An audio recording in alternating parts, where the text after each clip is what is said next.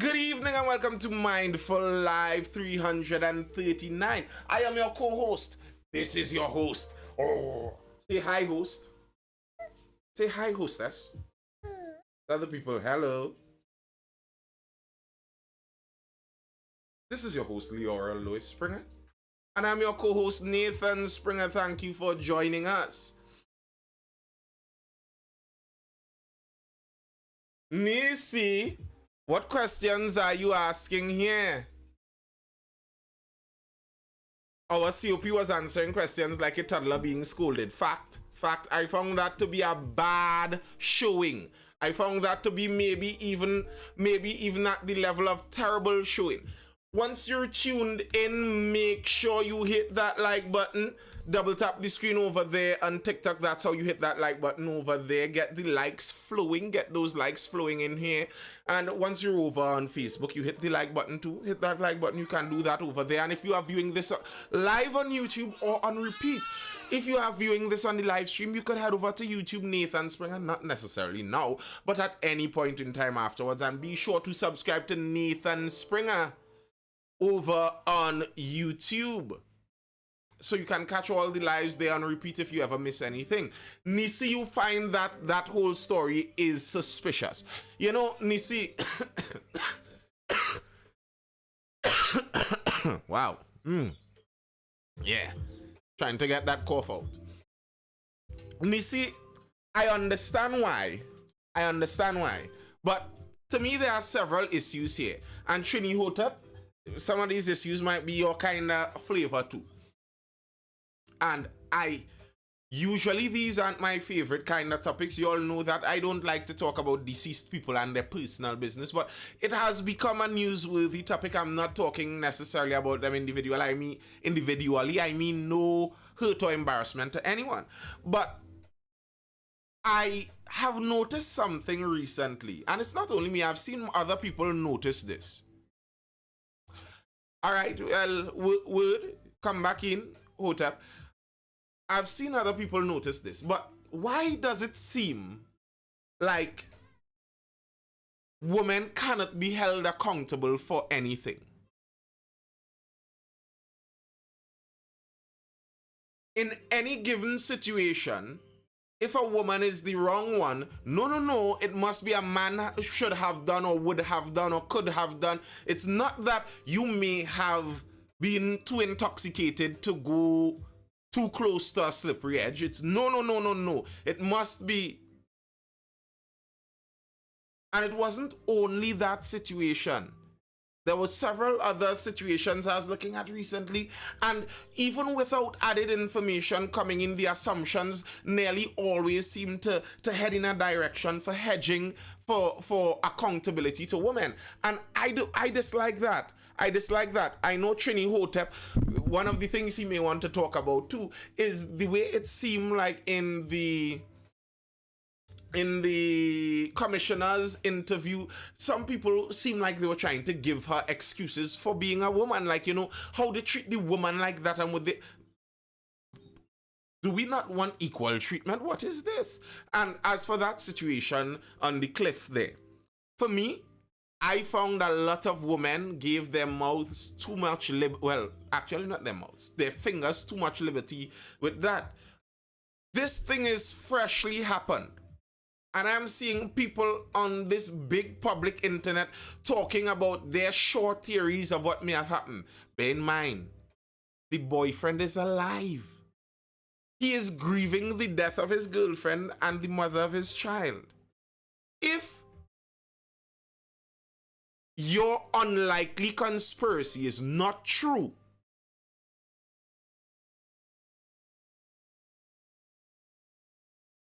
if what your theory is not true, then you are blaming someone innocently for something they are grieving for. Dalit Jairam, do you understand that if someone falls from a significant height, they would receive multiple blunt force trauma, right? And the conspiracies about this issue, for me personally, I found this death to have been something, a freak accident that maybe shouldn't have even made national news. Like, if I die like that, yeah, Hotep, I was hearing you there. Well, at least I was hearing something. If I died like that, I wouldn't want to be on national news. To be very honest with you, I would want, just bury me and we'll mourn. But okay, it already made national news. The conspiracies that were being thrown up brought an already embarrassing situation that had to be now detailed and explained. So the family members had to release another and news. Sometimes news media is so like Kobo out there waiting for these articles. They're eating them up each with each progressing day as they drop, making money off of someone's tragedy like that and fueling some of these fools online. The family had to come out one day saying no. There was no kind of thing between her and the man. We know nothing of that. The fire people had to come out and explain the rescue. It wasn't that the man took 6 hours to get us. We reached there within a short period of time. We saw her over the edge. It was the complication of the rescue that took all of that time. The autopsy has to be released. Multiple blunt force trauma. Okay, it seems consistent with somebody falling over the edge. How did it reach a push scene? The only reason people are saying push is because there's a boyfriend there. There's no kind of evidence to even suggest that. No one at the party witnessed an argument. No one said that they felt that they saw him quarreling with her. There's nothing like that. Just totally off of your obsession with true life, with true crime videos and podcasts. You're up there making a lifetime story out of somebody's actual life. No, I'm not talking about you and Nisi. I'm speaking specifically about, when I'm saying this, I'm thinking about some specific people over on Twitter especially. And I was watching this like, this is insane. And I know the man isn't going to have any legal recourse there. But I wish there was a way he could sue every last one of them for every little weave and nail extension they have. Lose it with that nonsense you're talking. Like, I find these things so aggravating. It takes nothing from you to not input your words into people's private affairs like this when you know nothing about it. Like, I cannot imagine being that man. If it is indeed my child mother and girlfriend of multiple years just died in a freak accident after I was spending a nice night with her, and then a group of mad banshees screaming about me killing her on the internet all over, I can't even imagine that. I can't imagine that. You know what's funny, Nathan, is when, because I'm in a new, so I saw this story, right? My first initial thoughts was, when it was a party, right, on San Fernando Hill, I was like, okay, possibly inebriated and she fall off the cliff, because we know Trinidad is a party, right, you know what I'm saying? So, when after I was discussing with she told me to my dad, I was like, yeah, she from Korea, right? And we were discussing if it was being drunk, but she taking out pictures too close to the edge, because it's a spot, right? Photographer shoes up there. We have done photo shoots on the cliff edge right there, and so we were discussing, but I didn't really see people I didn't see nobody making conspiracy theories about it, which is crazy to begin with. I've realized, like, discourse is where people love to jump up 2 cents because they have the freedom to do so on people's intimate lives, and I find that highly crazy, because it's like, do you all have these people on speed dial? Your neighbors, you all live with them, because all you're talking have to be there. I realize it's this thing where it's this celebrity culture thing, really, where people have been able to see in people households now, but this reality TV celebrity thing where people get to see people's life on a small minuscule scale, and now they think that this applies to the regular people in society. Get to get to tell grieving people how they die and if it was them cause that's ridiculousness. You see, Trini Hotep. like people pushing them out.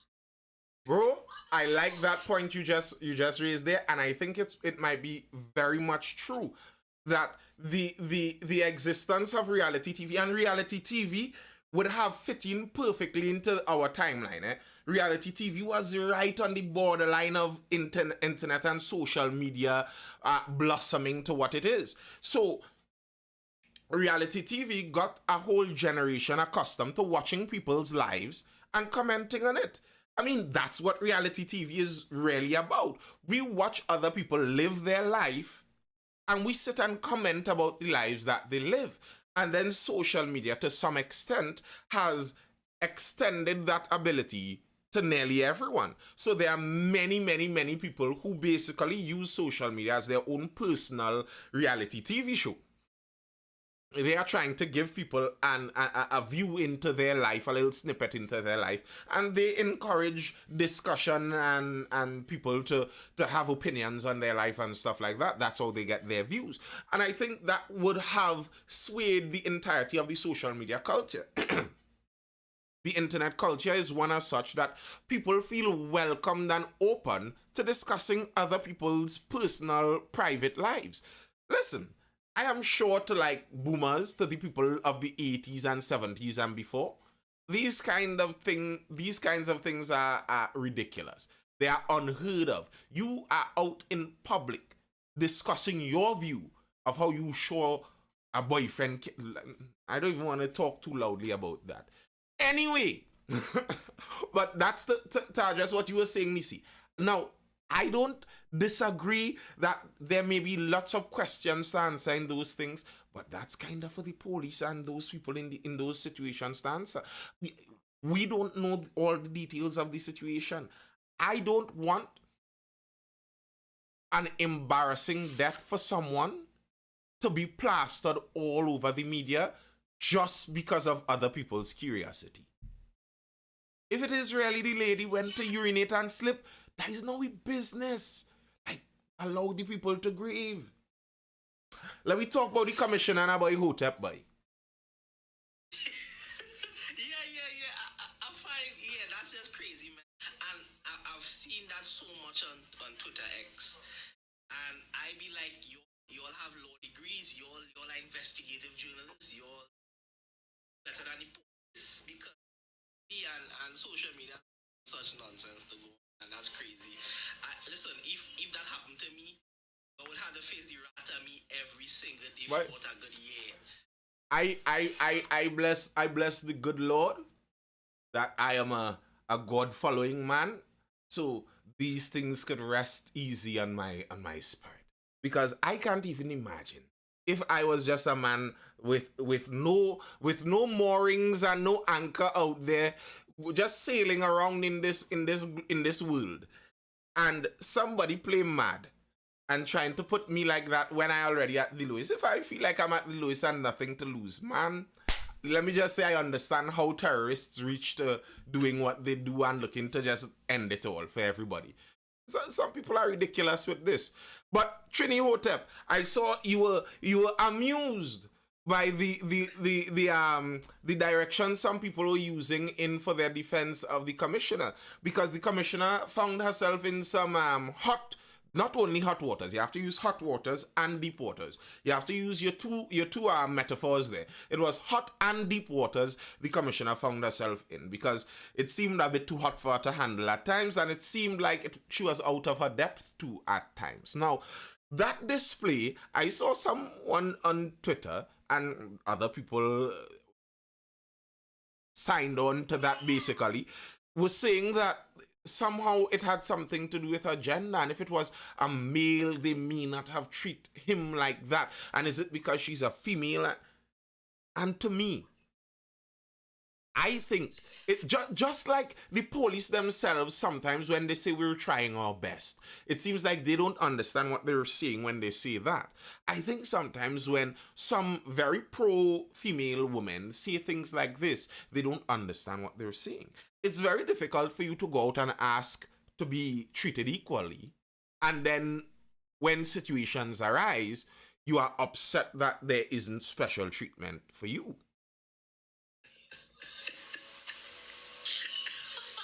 No, listen, I was hoping cricket for me, Cardell, because he's the one.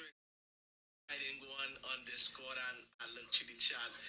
I was surprised at the video. Hey, I joined select committee. She and you. I ain't gonna lie. I The, ain't gonna the, lie. she was out of her she was out of her class And nearly. The woman, it looked nearly, I nearly felt sorry for her. I didn't feel sorry for her, but I nearly felt sorry for her. yeah, listen, Dr. Paul, this thing, he asks pertinent questions. I ain't gonna lie, that is good. I appreciate that, my handsomely. But I've been on TikTok probably a good time during the day to watch content on particular thing. Yeah, man, everybody give her the dressing down that she received by the Joint Select Committee as well. It, it, when I saw that particular tweet, I was like, nah, can't be making excuses for incompetence by saying that it's a woman, we need to ease her up. Because, and then making this weird notion of if it was any male or Gary, like what Trinidad and Tobago is that different? Trinidad and Tobago, to my knowledge, she's the first woman commissioner of police, and the rest of the other commissioner of police, and during especially my time of living, they have got such scrutiny that you could ever hold, that one man could even hold. Gary has been explicitly dressed down by the media tens of thousands of times. Gary was personally singled out by the Prime Minister. Tanti Ula, well, Mrs. Ula is a legitimate tanti. That is a retiree. So Tanti Ula has the Prime Minister and National Security's seemingly unwavering support. Addressing down by a joint select committee is not worse than the Prime Minister himself launching an investigation into you, hiring individuals from the military to personally investigate you, and then attempting, allegedly, to get you thrown out from the commission. How could you even compare Gary to Tance? Like one was treated softer than the other. That's ridiculous. I don't buy that at all. And to me, if you are saying that that treatment is too difficult for her, then you are saying she's too soft for the job. And I believe if you go to Tanti Earls herself and ask her about it, she will say that it's fine and that's what she signed up for. I think if you go to her personally, that's what she would say. I would say I found that the meeting left a bit to be desired. That's what I would say. The topic where they spoke about 25,000 license requests and 100 approved for the year. And she smiled when she said that. Now, she was smiling at odd places during that, so I don't know necessarily if the smile is a signal of being pleased with that result. But 25,000 applicants with only 100 people getting through isn't necessarily, to me, something to boast about. Like, why is that a boast? It is a boast. I mean, it is not a boast.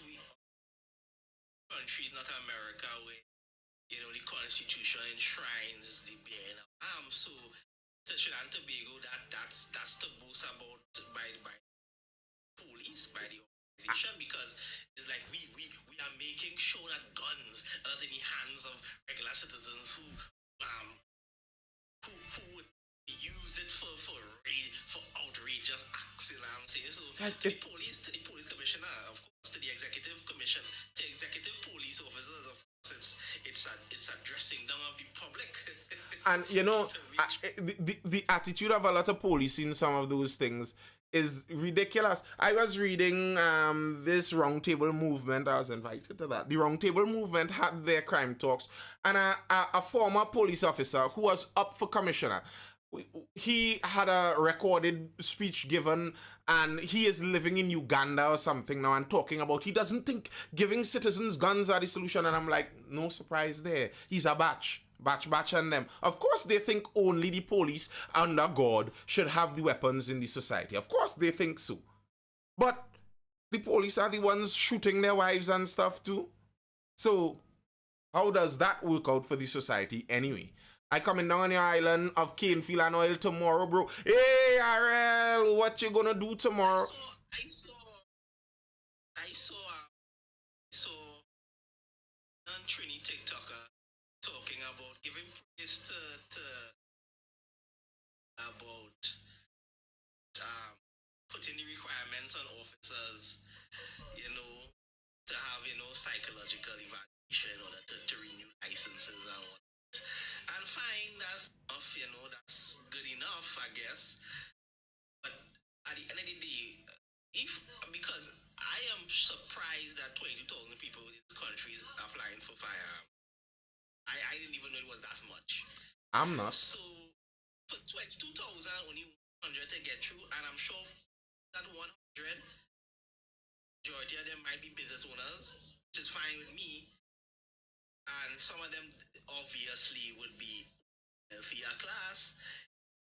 Then what happened to the other, like what, 90%, 95%? Regular people who Salt. could obviously get a firearm. It's Salt. crazy. Because 22,000 people letting me understand something is that people in the country 25,000.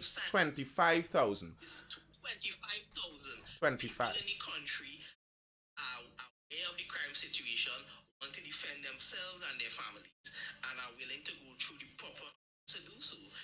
I don't think laughing at that's supposed to be something to be fond of, lady. You have a weapon. You can secure your house. You can secure your family. Your husband probably securing you. Time on top of that too. So why other people can't do it? Especially people that live in areas where things. Listen, the part that annoys me so much with a lot of this conversation, Trini Hotep, is the defenders who defend some of those elites who say those kind of rubbish statements. And if you are anybody who is slightly in the know, you would be aware every politician and their family member is armed, multiply armed. And are they all some paragons of moral virtue and psychological stability? Do you find those jokers to be the most psychologically stable people in the country? But we are supposed to buy the idea that the reason they are trying to, you know, squeeze the rest of society for owning defensive weapons is because they care about violence and too many psychologically unstable people having access to weapons in the society. You know, a certain minister of everything had an AR, I believe, that he sent over to the police in his possession. I'm quite confident that wouldn't have been his only weapon. But it wasn't that same minister of everything whose alleged, no, that's not alleged, whose stepdaughter allegedly was engaged in some seriously high levels of criminality.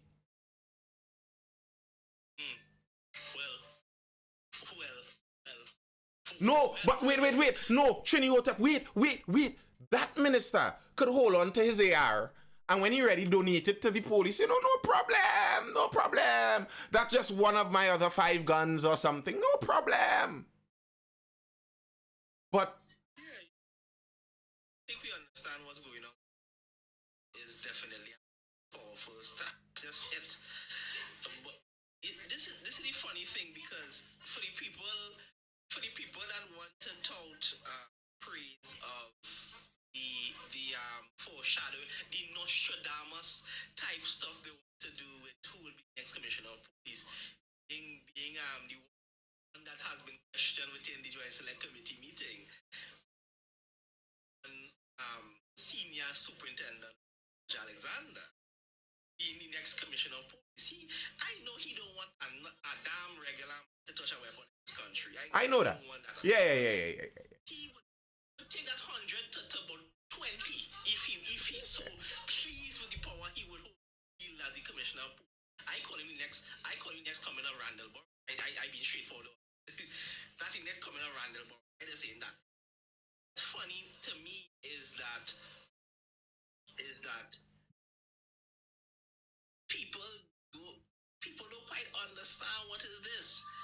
They are trying to deviate up in this way, where the police is the buffer class between the political class, the wealthy class, and the regular common men. So the police could have weapons, even though they are common men, but they are police. 5,000 people, they should be forming some sort of whatever they need to form in order to say, listen, this is ridiculous. The state is a nonsense. The police is a nonsense. Well, I don't know what they could form because, as you've pointed out, it's not like we have a constitutional assurance for allowing the firearms to be following licenses. So that's where I think Tanti Kams could get in and do something legislatively if she's so interested. But as I said, I don't actually have hopes up that Tanti would be doing that if she comes in there. I don't agree with arming all citizens. Actually, maybe we can arm militia groups or different areas privately. As Wide Leather says, the idea of militia is basically spontaneous. I don't... what a militia is I am armed, my neighbor is armed, my other 20 neighbors are armed, and we call each other and coordinate, and then voila, we become a militia, basically.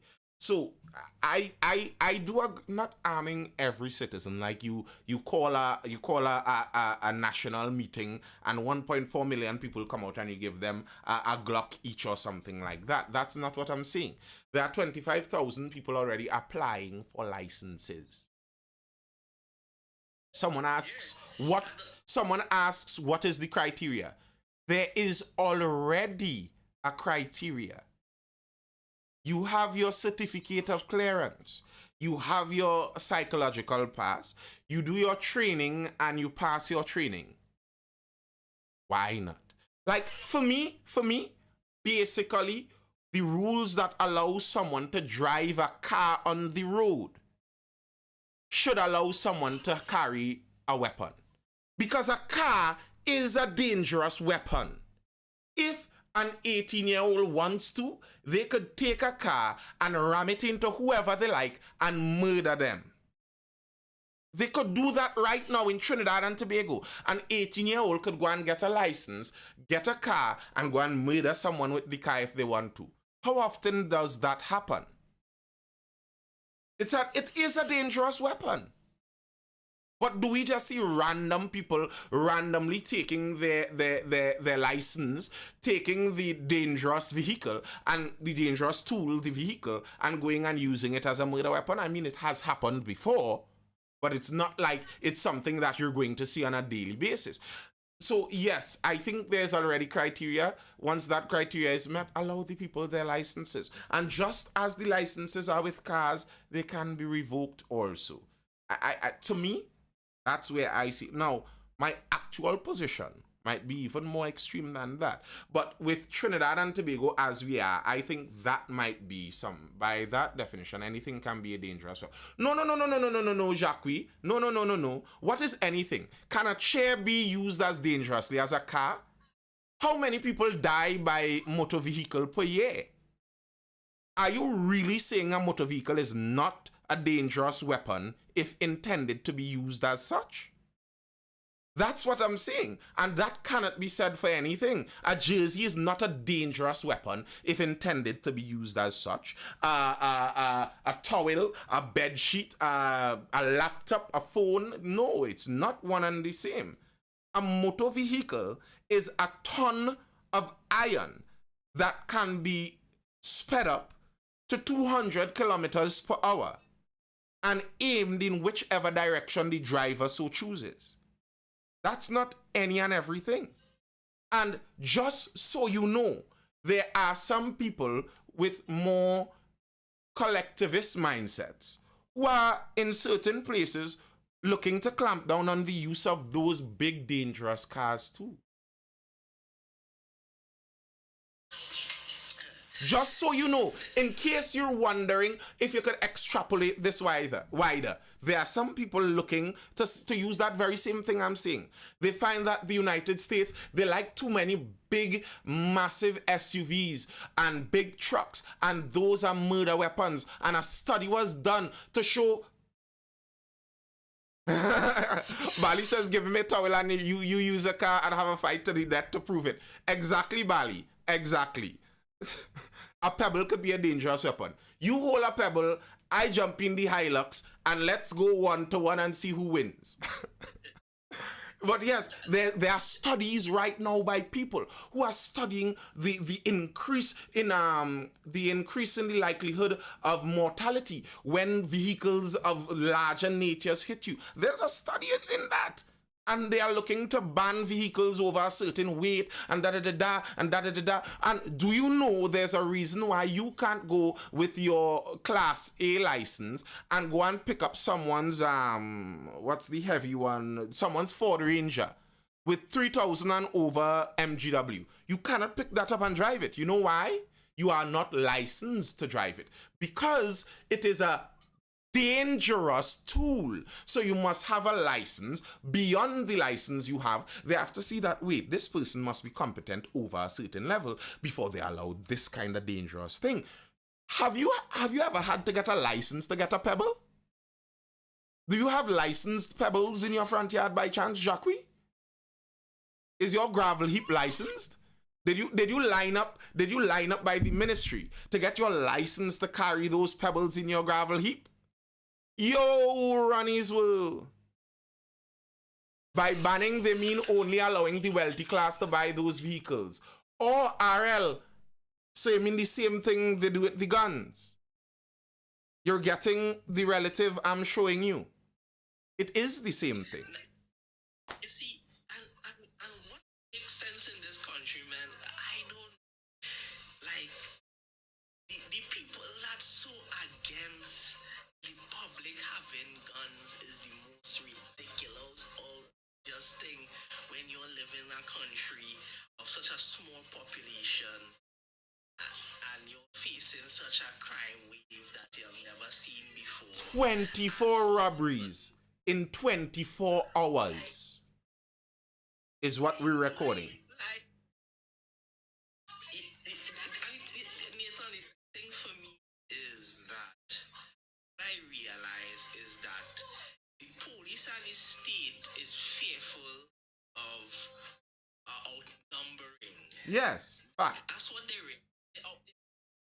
know that technically they're already outnumbered, but since the population, majority of the weapons, that they don't fear uprising of sorts. Understand what I'm saying here, Trini Hotep, and I hope everyone understands what I'm saying in the context and not out of context. I am not saying anything untoward, but I think something as simple as that condescending paternal attitude that Dr. Rowley speaks to the country with.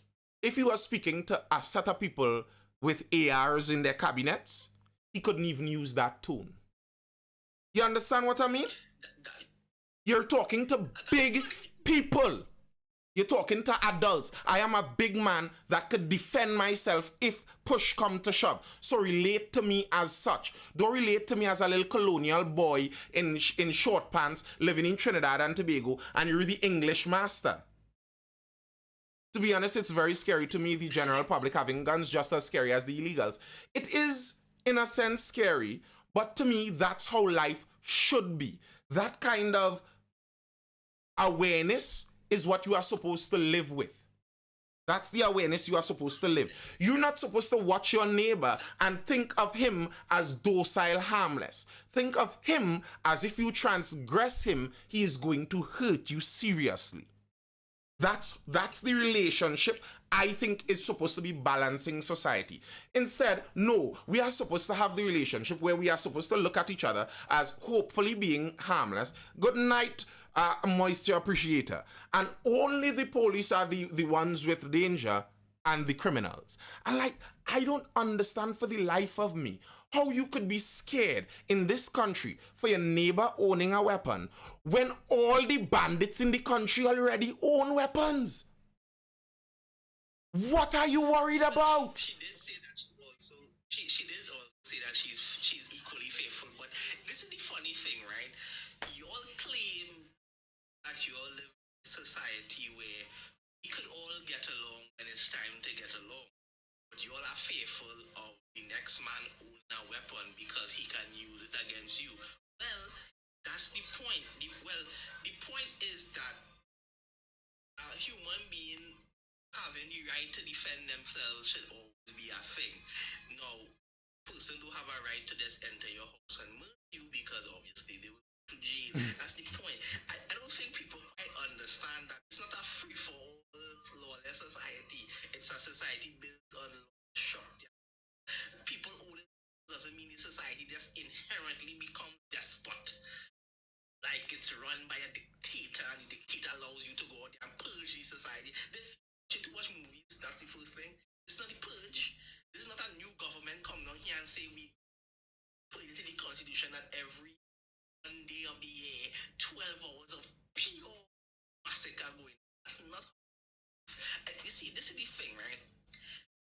You all have people of Trinidad and Tobago have allowed political class and your police and your criminals to get out of line. They're out of order. Criminals do not fear the regular man because you don't have anything. The political class do not fear you as the people with the power in a democracy. And your police could hit you and smack you up in the middle of the road because they have a badge. That could never go down in America. You see these things? This is why and Americans love to talk about country so much nonsense. But Americans tell the police to hold the tail every day. Up in it, bust up your face. That is how it's supposed to be. When last you go out there trying to be tell the policeman when he slap your phone with your hand. He slap your phone with your hand like this. And you watch him and say, you nonsense boy, you are nonsense boy. No, in America, you slap a man phone with your hand, he going to get a punch in the face. That is just how it's supposed to be. You see? He might get a punch in the face, but he will be punished seriously for that. What happened to that police? You all heard anything follow up on that?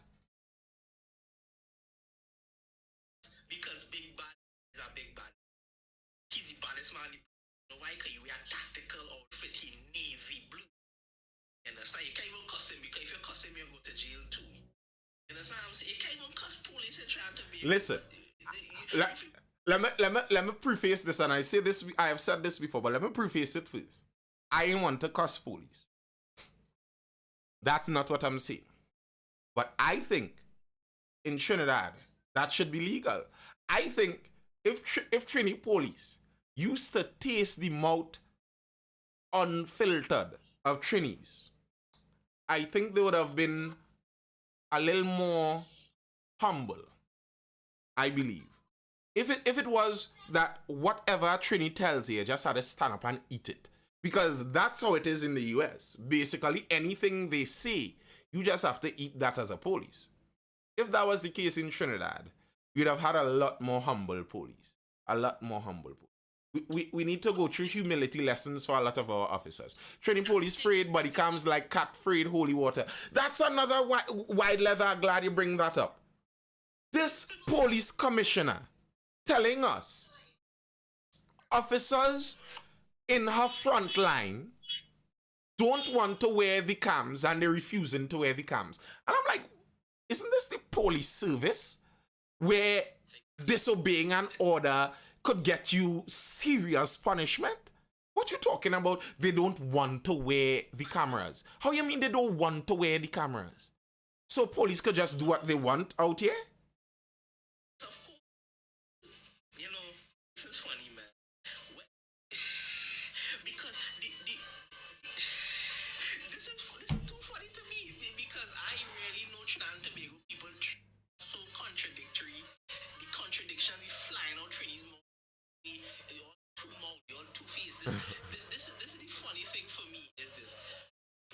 police officers supposed to be serving and protected with pride, telling you, public basically, because let's be real, it's there to protect the public, telling you, when he comes, nah, we don't want to wear that, so we could do it in peace. Yep. Let me do it in peace. It's because you all don't deserve rightful, just for police. You know, We bubble in peace. You know, is this strange thing with that, Trini Hota?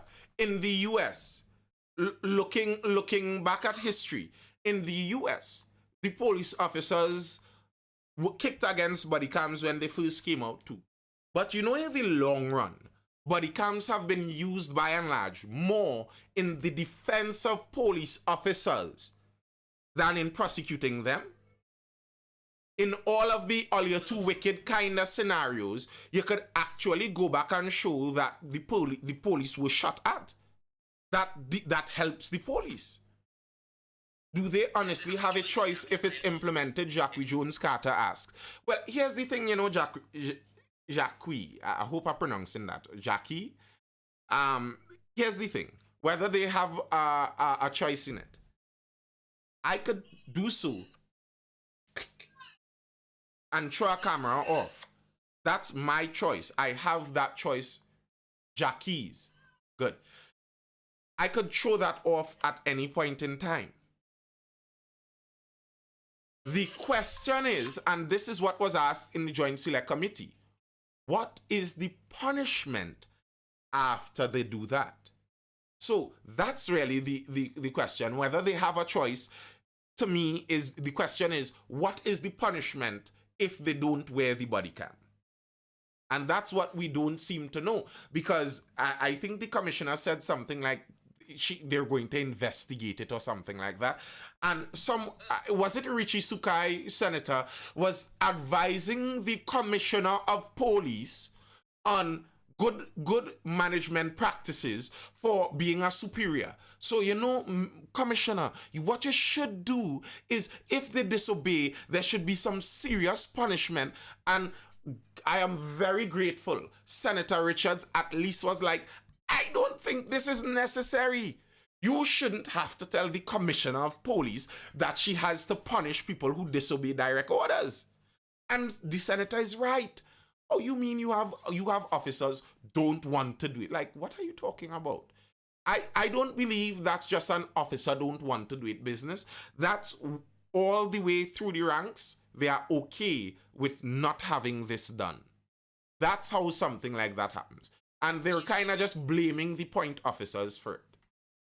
She's saving face. It's a save face thing. Listen, it's funny how she could save face there, but she can't answer one particular question on the police service, public relations, and she stood there. Can't even she mount and like the catch me in my drawers, dragged into the ground with panties to the floor. I can't. You know what's funny is in that question, which was interesting because the man asked a very question. I spokesperson for the police is saying one thing, but the executive of the police service is saying another thing. I'm glad we reached there now. I'm glad we reached there. Well, yeah, we was getting there because and then she talking about, well, it's supposed to be that the show is supposed to follow the directives of, but ma'am, we have a man here who is basically going AWOL because he is a celebrity. And I made a video about this today and it's another 7 minutes plus. And I'm like, look at this, police are celebrities today because the celebrity has gone to the man head and he's really AWOL. He's an independent police contractor at this point. So he says and does things on the show different to what police is doing. And this is the incompetency of our first commissioner of police. And it needs to be said because the thing about it is that you can't even have control of your men. And we're talking about actual grown hardback men. You don't even have control over them. You know what I'm saying? Well, they do what they want.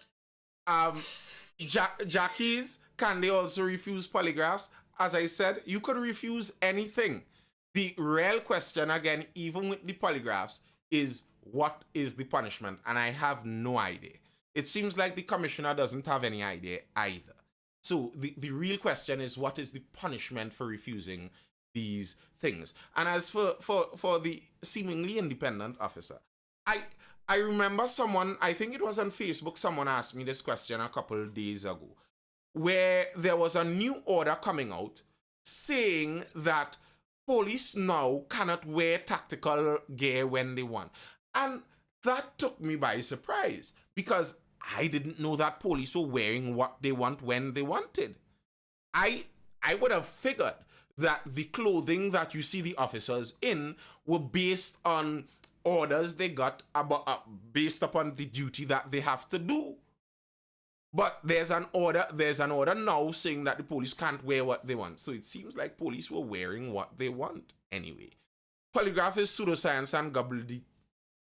No, it's not. No, it's not. It's not pseudoscience nor gobbledygook. It isn't a perfect science. It isn't 100% field proof. There are people that could fail it who should pass it. There are people who could pass it that could fail it. But it's not the same thing as being pseudoscience and gobbledygook. And I think a polygraph as being a part of a wider group of tests and criteria could actually be useful. I think that can actually have possibility of being useful. All right, but to talk about the guy who get seemingly laid off of his job today. Now, he asked a question of the senator, and I think it's a pertinent question that he asked of the senator. The senator said that the Crime Watch show said that they're going to give the gangs a chance. No, that is not what the man said. You could have taken that as your conclusion of what you think he meant, but it was not what he said. All right, that's one. And two, the Crime Watch host is now asking the senator for evidence of this and of what he's seeing there. But it's interesting to me the Crime Watch host isn't aiming any of this at the commissioner also, because the commissioner agreed with the senator. The commissioner basically said that she doesn't like too much what is going on in the show many times. Now, here's something I think is a negative mark on the police. The fact that the show was cancelled today. Here's why I think that's a negative mark. If it is, as the commissioner said, that they were doing a review from before, if it is that you reviewed it and it was lacking, you would have pulled it off before.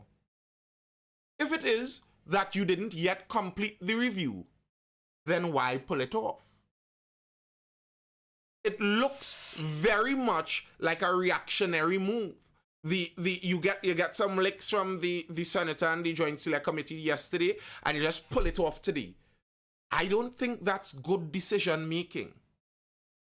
Good decision making should have good reasoning and good planning behind it.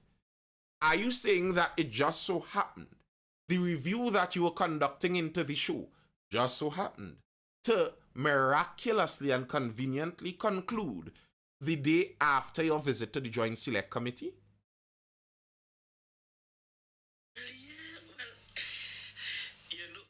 This is not a good look at all, because it's not at all, because now they're putting a question mark in the public's head that is the Joint Select Committee came a pressure group to lick up the population's side of it, to lick up this particular, might be seen as propaganda. But it doesn't look good at all, because now you're making the Joint Select Committee sound right in their questioning of public relations and your community side of the police, and it's not looking good for Miss Senior Super and next in line to the throne.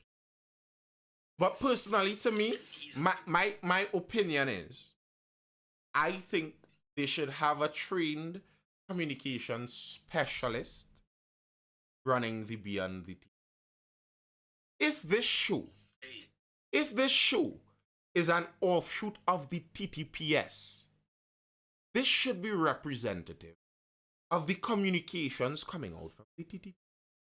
So it should be someone trained in the expertise of what you'd like to communicate as the body of the TTPS. Now, here's the thing. The history of the show, is that this show was not created by the police service. Remember that. The show was created by one looker of crimes. And he was the one who brought in Mr. back then Sergeant Alexander.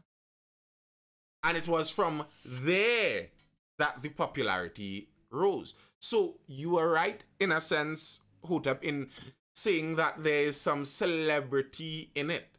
In that it's not necessarily that the show was about communicating police views. And that may be part of the problem. Where the senator is saying that if the show is supposed to mirror the police communications, I don't think that's what the show is about. The show is about the views of a super masculine senior police officer as he goes about his daily duty. That's what that show is. That show is not about the police relating their corporate communications. That's not what the show is. It never was that, really and truly. I think they attempted to do that with the lady that came on and became the eternal meme. What did she? Happy E to the Hindu community. Poor lady, poor auntie.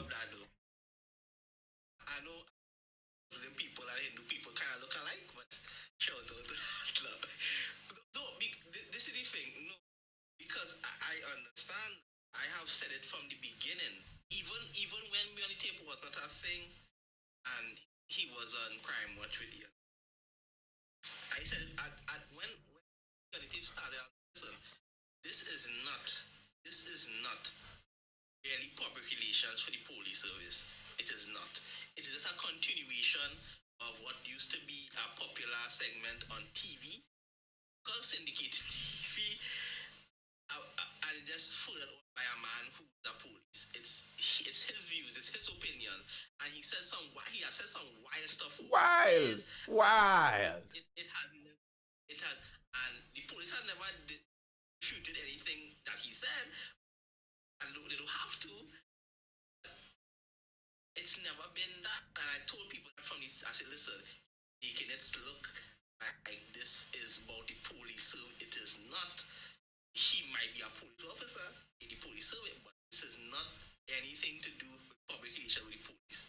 And yeah, they try to clean it up by bringing other senior soups and Wayne Meister, who I believe now part of the communications team, by the way. I think he is. And they bring senior soups and other executive. There's a wrong the road relation there back to the original crime looker. But from Meister. So in recent years, yes, they have tried to clear it up and make it a public relation thing by bringing more officers on the show. But it's never been that. And I've been telling the public, it's never been that, bro. Expect that. It's a celebrity show. It's a celebrity police show. And here's the thing. I think the KCRA asked about the year he wasn't on the show. I don't watch the show every day, so I really don't know about the exact dealings. But I'm aware he wasn't there all the time. And what I think I noticed during that time is because of how the show was crafted, that is what the show is. He is the star of the show.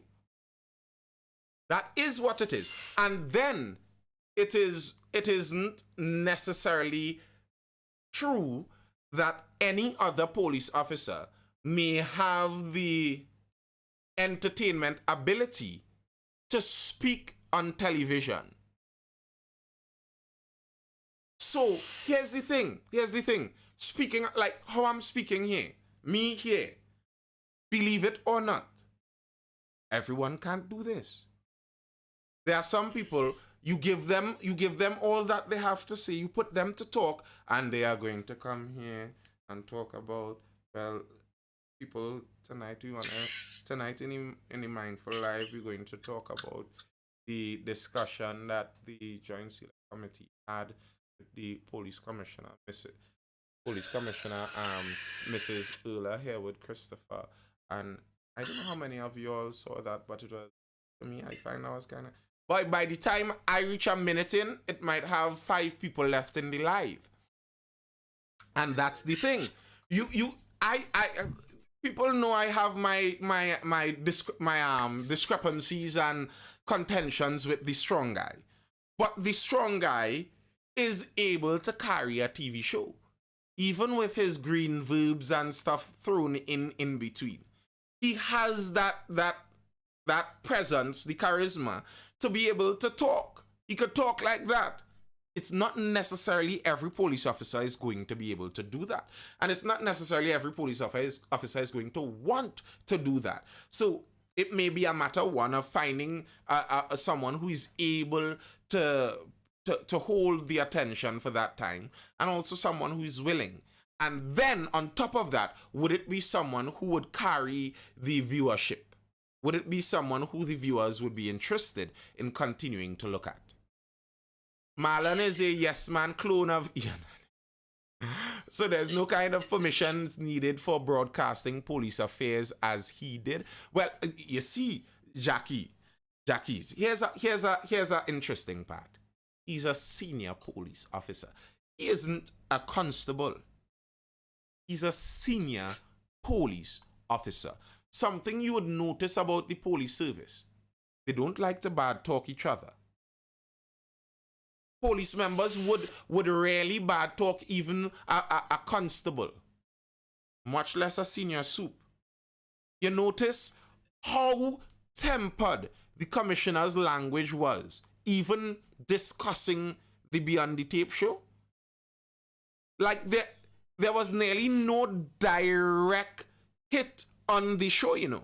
Everything was kind of a glancing, maybe, kind of, sort of, slight.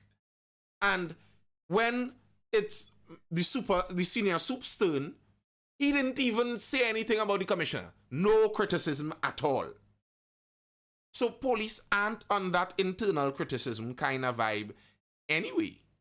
So even if he did something untoward, I wouldn't doubt that there may have been some times where a police officer sit on home watching Beyond the Tape, and they hear Alexander say something like, what you just say there? And they send a message, but you hear what but I thought you're not supposed to, and I thought, but who is going to do him anything? Again, just like refusing a polygraph, refusing to wear the body cam, who is going to actually enact a punishment? The punishment doesn't come from God automatically through the nature of the system and the zeitgeist. No. Some human being has to make the decision to go and enact some kind of punishment. And they have to engage some other human being to assist them in doing that. And if you don't get those human beings to do it, Ali says, I have not seen anything wrong with the show. Sure. We have said that if the community leaders can't get there, then we'll have to replace them with new community leaders. But nothing wrong with the show. I'm happy to see that. And to me, Trini, one of the biggest problems with the show, to me, is that it doesn't help the public image. Like, the police in Trinidad and Tobago have an 8% public trust or something like that. Everything they do, the 8% might be Dr. Rowley and his crew. Everything they do should be aimed at trying to increase that percentage. The commissioner herself said one of the major problems they face as a service is that the stakeholders aren't helping them. And when she said the stakeholders, who she meant was the general public. And why does the general public not help you? Because there's a lack of trust between the general public and the police service. So if the main problem you are facing in crime fighting is a lack of trust, then the main thing you should be aiming to solve as a leader of the police service is that lack of trust. And I think that Beyond the Tape program goes in the opposite direction of helping the lack of trust. Like, I would have liked to see, I don't know if any of you are daily watchers of the program. Did the senior soup say anything about the officer who slapped the phone out of the taxi driver's hand?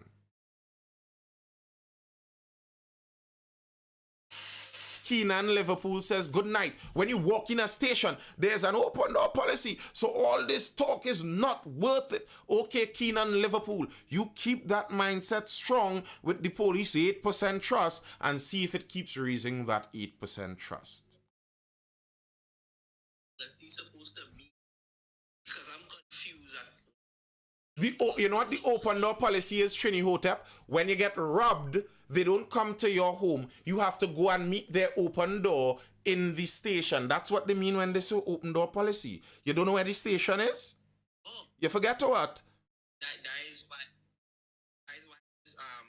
videos running TikTok where people call the station and the great customer service, like I say, so you don't know we're gonna come to you. Which is crazy. Yeah, open. Now I say this open. Yeah. It's not supposed to mean nothing. Yeah. This is what I'm saying. This is what I'm saying. The show has never helped of the police whatsoever. The spokesman service did a horrible job, regardless of if he has the charisma. And he really only had the charisma for it because he'd been doing it quite some time, even before he was touching this on TV show.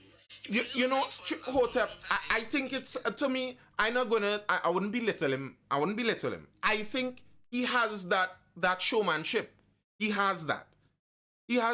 Like, one of the most epic videos, I don't know if you all remember, the video from Sharon's home. When Ian attempted to enter and Alexander was there and hold him and throw him out. Ooh. Primetime TV. Keenan says, no, you can call the E99 or 555 or any police who lives by you. Yes, Keenan, sure you can. And you see, I don't know if Keenan is trolling here, and that's the thing, Keenan could really be a legitimate police officer out here. But I feel like this person has to be trolling. But that's to tell you the kind of nature of the TTPS. The way how they support foolishness, sometimes you wonder, these big men have to be trolling. They're trolling the way they support this nonsense. Like, this what you see in this Keenan Liverpool character saying in the chat here. This is the kind of thing, if the criticism was brought onto that program, this is the kind of response you'd have gotten from the strong police. This is the kind of response. Constantly. Of course. That's why I say, I wonder if even one police officer addressed to the public the incident of the officer slapping the phone out of the taxi driver's hand. Did one officer address that publicly? Where's the public relations that addressed? Alexander didn't address it. I didn't address it. And I know majority of police officers saw that video. Of course. I know they did. But you see, this is the thing. The thing for me is let's look at it. I don't believe the celebrity police held any sort of public relation, any sort of outlook of not one thing. Right? I think he did a horrible job regardless of how much charisma he has for in front of a TV screen or a phone screen. So my thing is, show was just to build up his popularity and to make him better liked by his fellow officers at this point to give him more play. So the thing for me is that sure he would be a celebrity out here, but the police would still be at 8% trust, and he would still have the best players as a police officer out there. Police would still be at 8% trust, and the public would duck the police as usual. And the police would help solving crime because the 8% trust. We have a man to be hyper masculine and never critique the police, and we can't critique him or else he going to call us the Grinch and we fat and we only in front of screen and on TikTok and we talking, but the police is still at 8% trust. It's Yep. Is that every time he talks and other police officers talk, the trust is still 8%. That's it. That is the thing. That is the thing. Listen, officers, police, Keenan, y'all cannot argue the population and debate them into trusting you more, you know. Like, somehow, these police, Keenan, think for a millisecond. Does it matter if the man was driving a P or a PH, an H or a PH car, if the police slapped the phone out of his hand? Like, geez, man, you're going to make the veins in my neck rise. Because you're driving his private vehicle that wasn't registered at H means that the police was supposed to slap his personal phone to his hand and hand him the ticket. Yes, of course. Because the police, remember, after God is police. That's why. Listen, all y'all women out there, be very careful marrying these fellas, you know. You see fellas like that Keenan Liverpool. If you have a boyfriend with that name, be very careful with these men. Men who are on a, and you might think I'm joking, but I'm actually very, very serious. I have a daughter. He might be, but he sounds like an officer, to be very honest with you, because there are officers who do just like that. I have a daughter, and that will be my advice solidly to her. Those officers, you don't want, and if you're looking for that kind of classical, traditional home where this man is your head who is unable to see when he's going wrong, that's going to lead you in a ditch. And if you attempt to not go in the ditch with him, he's going to beat you up and drag you in the ditch. So, be very, very, very, very careful about these people. And the strange thing, Hotep, it seems like a lot of officers believe they could debate the public, the general public, into making the public trust them more. And that's such a police attitude. Like, they believe force and violence and coercion could get everything done. Again, a very worrying thing to have as a significant other. You cannot get the public to trust you more by bullying them into doing it. By telling them, no, all you lie, all you don't know, all you see, you know. All you is just be wanting to bad talk the police too much. All you don't know, all you really see out here. Sure. Okay, officer, if that's what you think. The trust went from 8 to 7. That's what just happened. In that intervening time, all this argument you made, 8 to 7. And here's what that causes. Your job becomes impossible. You can't do your job. It's like extreme paternalism. It's like paternalism steroids. Yep. It's like you have to trust me. I'm your father. So trust me. The police literally saying, trust me. Or else. Enforcement, and we just help all you. We just make all this safe in the road. So trust me. That don't make sense. We don't trust you. 8%. Of 7 to 6. No, trust supposed to be a thing that's supposed to be built on some sort of mutual ground. They actually prove something. Like, it's to prove something. Come on. What's going on? Like, for me, I think if they hire me as communications manager for the police, I could at least mama guide the public better than that. I could if we're being honest, some communication have a little bit of mamagism to it. Like, oh gosh, mama guy me better now, boy. Something. You trying to tell me you all don't have one maternal tanty inside the police service to put her on the phones, so you take all these hoggish people off the phones at least? No one little tanty who would give somebody a little honey when they're talking to them or something. Okay, honey, like at least a little something to soften the image, now, man. Something. And good night, gentlemen. Good night, Connie. So Nathan, Mm-hmm. yeah, I saw my videos for a long time, right? Yeah, man. I want. Free, you don't have to worry to disagree, now. I like disagreement. Feel free to disagree. Tell me I'm wrong if you think I'm wrong. I am a contrarian. Yeah, it's fine. What I'm saying is this. And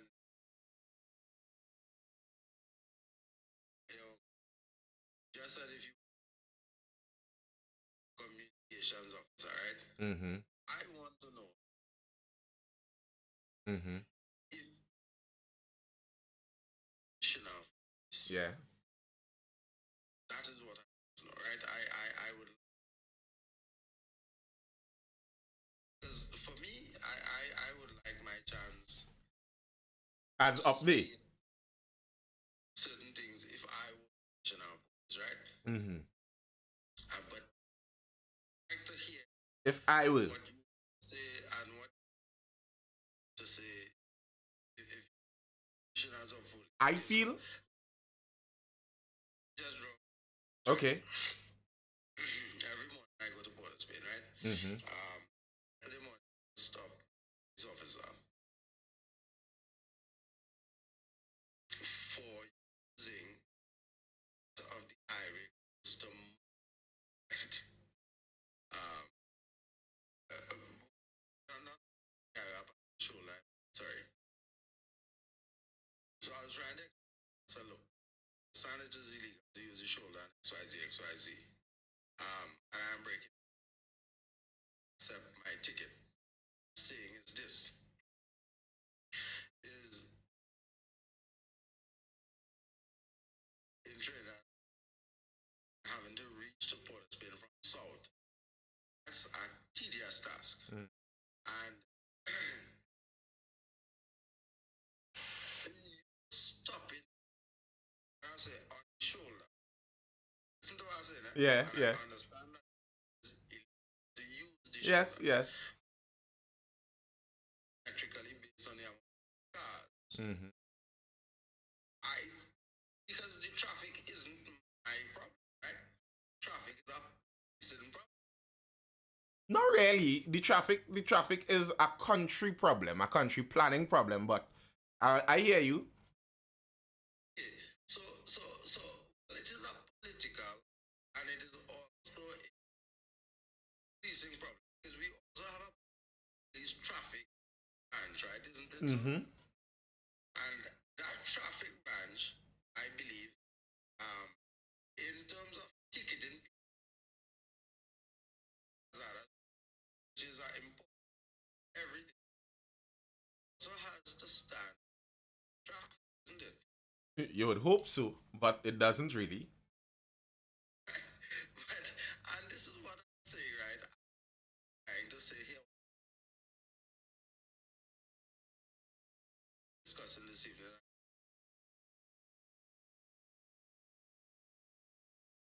These officers, like in a domestic violence case, right? Domestic case, like in the 80s, right? In my times, had these guys and they pick up the guy, right? The male, and the subway come discuss the issue and They were more personable. They were more personable. I get right. 100% that. Certainly, and here, right? And I believe that here we're going. I mean, the ego tripping on some of these police, many of these, it aggravates the public in terms of, listen, I mean, there are a lot of pressures, they can self, have children, have XYZ, XY, you know what I mean, all the problems. And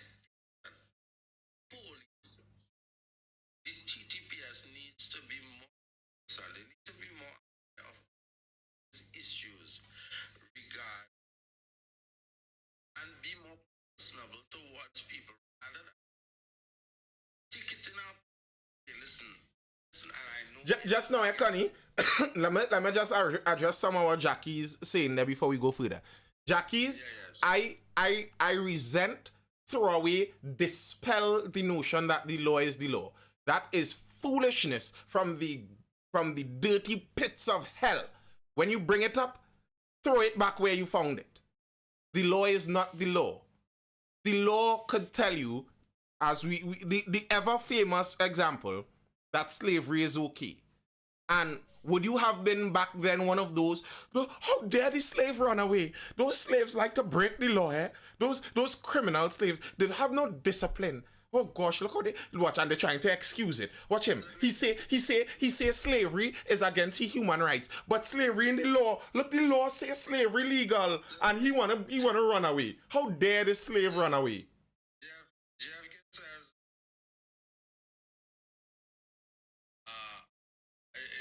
And well, Jackie's, what are we doing to help change it? Well, what did people do to help change the slavery law? They stopped following the law. So, you see where I'm going with this? So maybe the idea that you are offended by people not following foolish laws might not be a good thing. Maybe you should be encouraging people to not follow foolish laws, and as we not follow it, we push to have them changed. Maybe that might be a better solution. Now, to what you're saying, Connie, I understand fully, and I've said that many times before.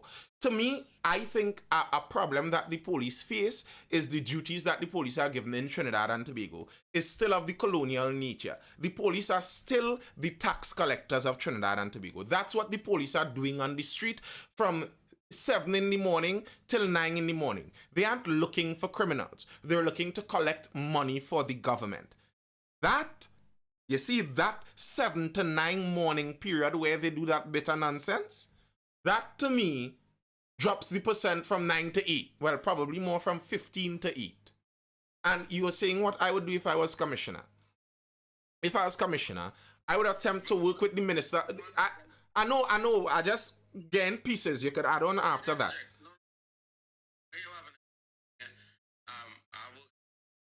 And the reason I joined on, I am telling you, and I will leave this right. My brother is an ACP, right? Mm-hmm.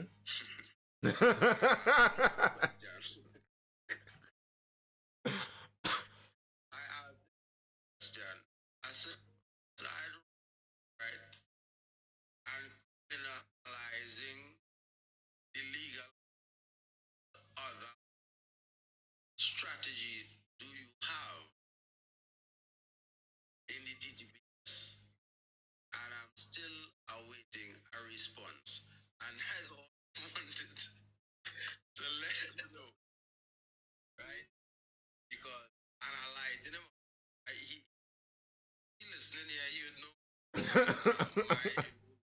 That isn't my name, right? But Yeah. Don't pop the brother.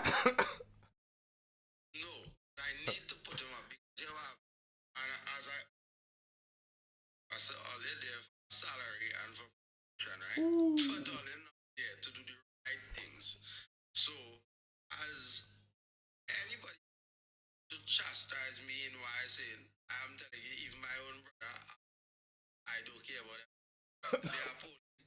If they're doing the right thing, look, I will support you. I don't.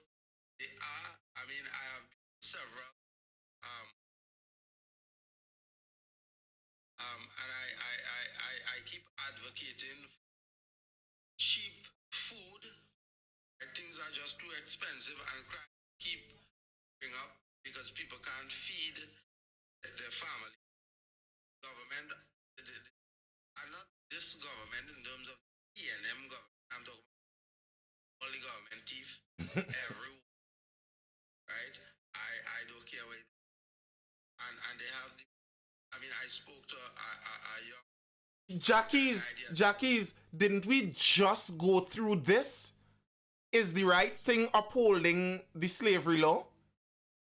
Is the right thing if I'm in a country that legalize. Yeah, man, Connie. If I'm in a country that legalizes abuse to women, yes, even to the officers. Okay, I am an officer in 1942 Germany. I am a police officer in 1942 Germany. The Führer just sent down orders. The Führer just sent down orders that he wants me to go, and my job spec is to follow orders. My job spec is to follow orders. As I've said many times, the police job is not to uphold the law. Throw out that idea. The police job is to follow orders. Do the police, when they're signing in on a morning, grab their law book, stick it in their pocket, and walk out the station going looking for lawbreakers? No. They get instructions from their superiors on what to do. So, the whole service intention is hopefully to uphold the law, but the individual officer's job is to follow orders. So, the Führer sent down orders. He would like me to go and wrap up one Anne Frank's family and bring them down to the concentration camp for gassing. Exactly. What is the right thing for me to do as an officer? Those are my lawful orders. Those are my lawful orders. Is it the right thing for me to go round up those Jews and get them marching? Because that's the law is the law, and the right thing to do as an officer is to uphold the law. Or is the right thing to do something based on a morality that transcends all of the legal systems? Which one do you think is that right thing you speak of? And to answer Connie and the commissioner question, first off, I think if I was commissioner, crooked officers may have me murdered within a very short time. I think personally, any commissioner that isn't worried about their life and safety isn't tackling crime seriously. Because we know serious criminals in Trinidad are protected by police. And we know serious criminals do not go down without a fight. We know our senior prosecutor was murdered in downtown Port of Spain. You all know that, right? Wasn't it an attorney general who was also murdered too? So we know that's Trinidad and Tobago. So if you have a commissioner who has no worry for their safety, to me that already tells you where that's going. But we go in other countries and uphold their laws. I'm speaking about the general lawlessness of the society. What? Yeah. So if I was commissioner, first thing is, I think if I was genuinely commissioner trying to make a change, somebody was going to try and kill me in a very short time. But if I was commissioner, some things I think, and maybe it's all pipe dream, but let's pipe dream together. Work with the National Security Minister. I don't want to do as the police. I don't want to do that 7 in the morning to 9 in the morning, peak hour, people going to drop their children to school, rob them of money, get somebody else to rob the citizens. I don't want my officers robbing citizens first thing on a morning. We don't catch criminals like that. When last we catch any criminal doing that? That's a money-making exercise. If Dr. Rowlers and them want to make some money, hire a next group to do that. I don't want to do it. That's one. And to me, that in and of itself is going to help build the trust. Then, something I think should be done is, to some extent, what Johnny Abraham did during his tenure in Central. Make the individual local officers that are locally in charge of their divisions, make them beholden to the divisions more. I want the superintendent of Central to always be getting an earful from the stakeholders in Central, so they work closely together and allow that for every region. For example, that was happening in the Southern Division. and the southern division was cheering at the fact that they were having a reduction in crime. And then what happened? The commissioner said, oh, well, that's Southern Division senior officer. He's doing so well. What we're going to do, we're going to take him from the Southern Division and put him up in the North because the North really needs some help. No, we're not doing that. We're not switching around people who are functioning well in their region. Allow the different districts to get familiar with their police. You want that actual familiarity. I want the business leaders in each district to feel like they could call the senior superintendent of their district. I want that. I want the senior superintendent of a district to feel like this is personally his own. I am personally responsible for protecting this. Anybody who come and rob Central, rob me. And I not letting you do that. That's the kind of spirit I would like to see there. That's just two of my ideas to me. If I were commissioner, a simple thing as urinating in public, I suppose you're talking about that as the law. What are you talking about there? That we break that law? Now, I don't know if you're relating that as in Trinidad being too lawless to own guns, going quite back to there, or what exactly we're relating that to. But the urinating in public part, to me, that's more cultural. That's not only based on laws. That's kind of cultural. And we would suffer certain difficulties culturally because we are a multicultural nation. We have to get to try to unify cultures. You see, it's more difficult to get varying people, 1.4 million people of many different backgrounds, to all feel like this individual venture of Trinidad and Tobago is all theirs. And you see, that's what you want to get people to stop peeing down the place and littering. You want them to feel like it's yours. And that's something difficult for Trinidad. So, admittedly. Now, I don't think that's a point in saying that we are just lawless people, too lawless to handle freedom. I don't agree with that.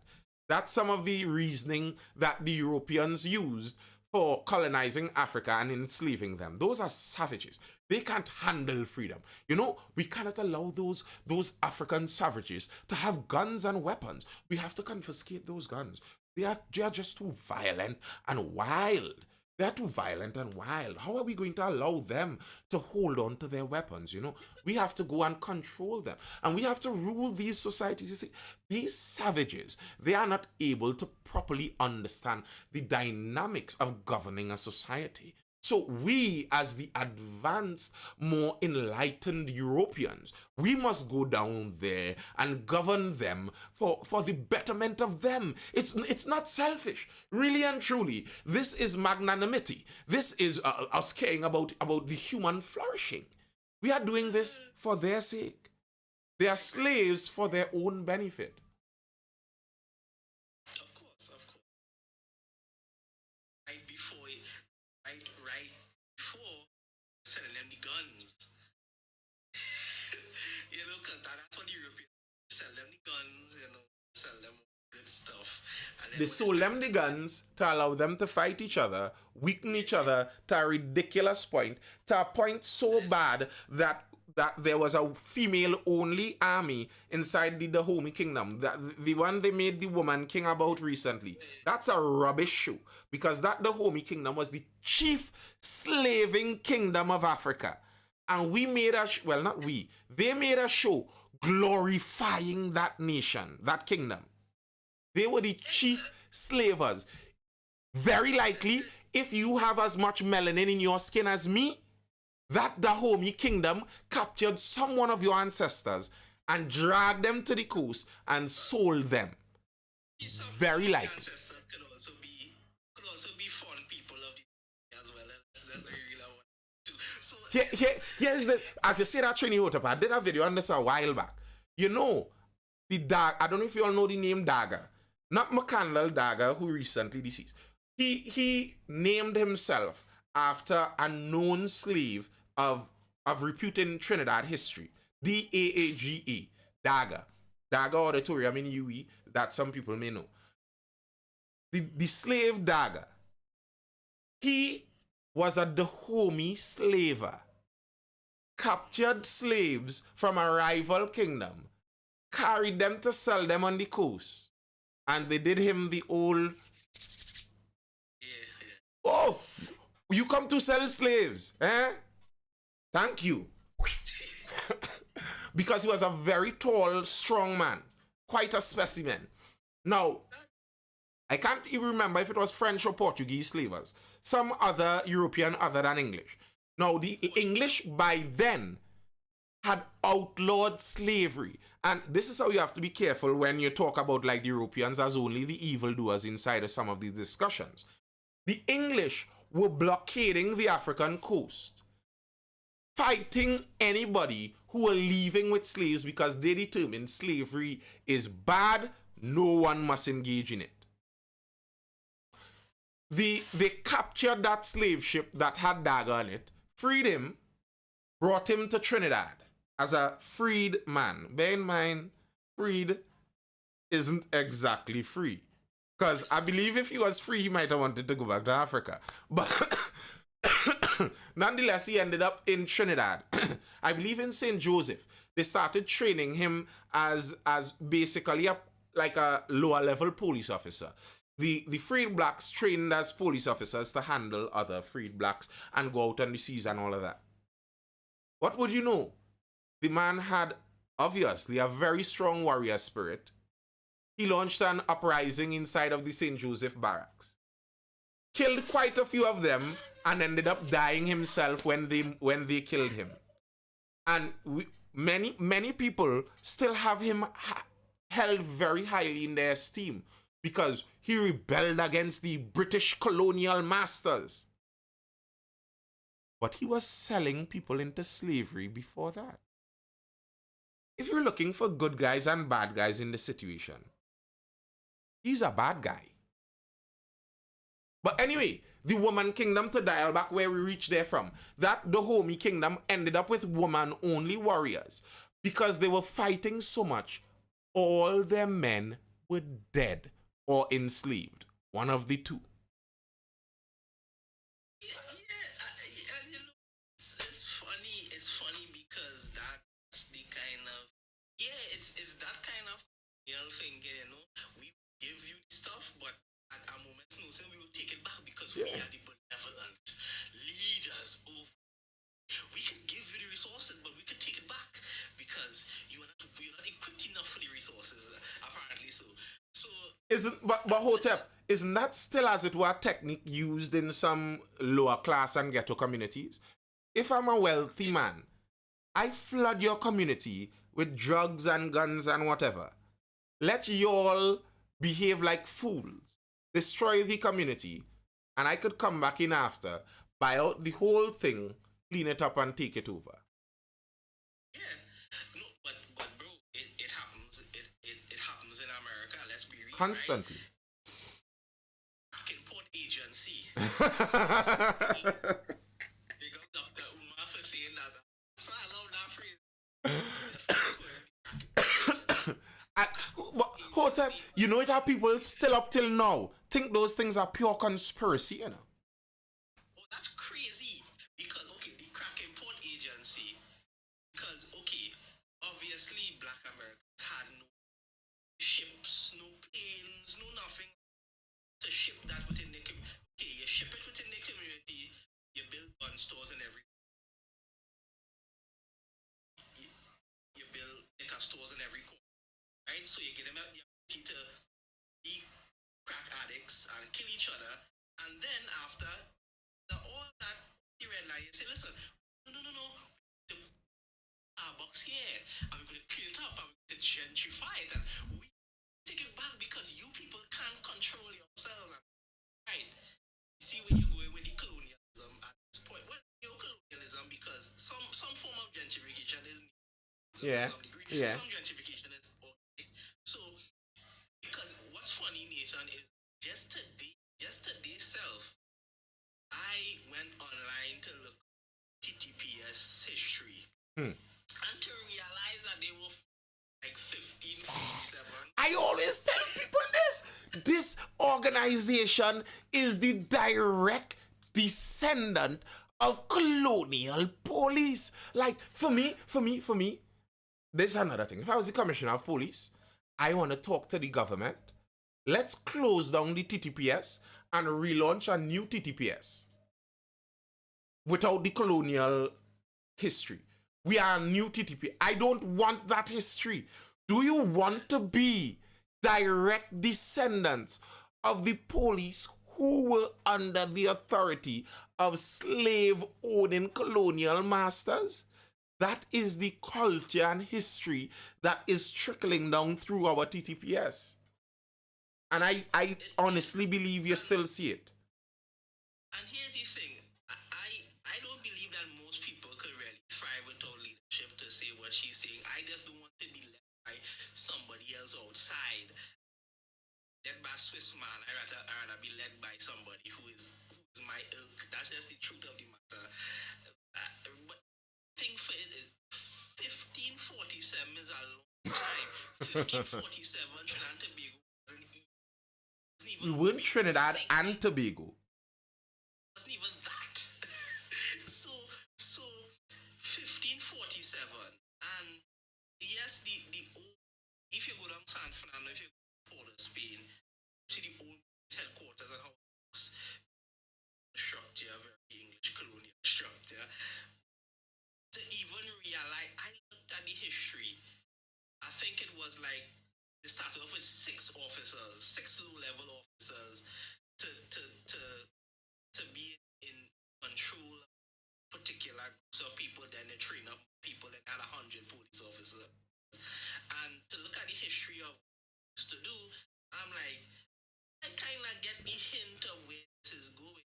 This goes around the entire country, not even the police services. So I think we still stuck on colonial. The echoes of colonialism are still echoing very strongly in our country. Very, very strongly. Jackie says we all believe that we cannot thrive without some sort of leadership. I think humans are meant to function under leadership. I think we work better under leadership. That's my honest belief. So is it the laws that need upgrading, and if they're still following the colonial laws? No, they're not actually following colonial laws necessarily. There are some colonial laws still there, but that's not necessarily what they are following. What I think is a lot of it is the culture of the organization. So here's what I mean. I think the TTPS still sees the Trinidad and Tobago public. No, I'm not talking about the individual officers. I'm talking about as if the service were an organism of its own. Like if this one individual beast we're talking about here, this is an animal of its own we're talking about. And I think the animal of the TTPS still sees Trinidad and Tobago as a colony that needs to be under control. Not to actually serve and protect as you would. Because, you see, the idea of the modern police is you are your idea is as if you're the servant of the public, you know. You're to serve and protect the public. You're here at, as it were, my beck and call, my personal bodyguard, Nelly. We pay as a country to have you as all of our bodyguards. That's the idea. You're supposed to treat me with that kind of respect. That's why, for example, in the US, the public could cuss the police because you're supposed to serve me. You're not supposed to cuss me. I could cuss you. I am paying you to serve me. Right? But in Trinidad and Tobago, I think we still, the beast, the organism, the animal that is the TTPS, still sees Trinidad and Tobago as a colony that needs to be controlled and managed. So we're here to control you. We're not here to serve and protect you. And you get that feeling from the police. How often do you interact with an officer and you get the feeling like this officer is my servant? Or do you get the feeling like this officer wants to control me? That's much more of it. The laws and the policies, as Simon says, they aren't based on keeping public order. They're based on keeping control. So you can't tint your cars. No. And it's not a law where we stipulate the darkness of the tint. It's up to the police to see.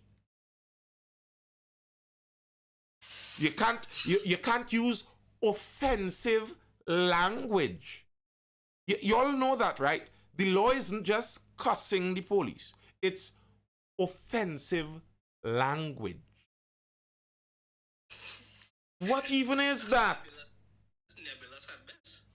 But exactly, that's that colonial nature. And you want to know what are some of those further echoes of colonialism? The nature of the fight, I think, against some of those easing on some of the gun laws, where the way they look at it is in a very colonial attitude. Very colonial. The TTPS will never be reformed because we are still being oppressed till this day. Vibesy says the old cultural name was overseers. Its officers so sensible people can see the similarities. Correct, J. King. Johnny over on Facebook asked to protect and serve the public or the queen. Well, the queen is dead, so it may be the king or Dr. Rawls. The supreme, but you see that's the thing for me.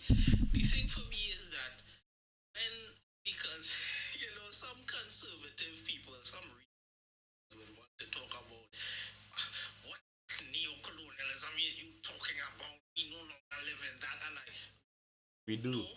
Literally, people, ships aren't coming to colonize, but we get the hint of behavior of colonial and in behaviors. We get in government season.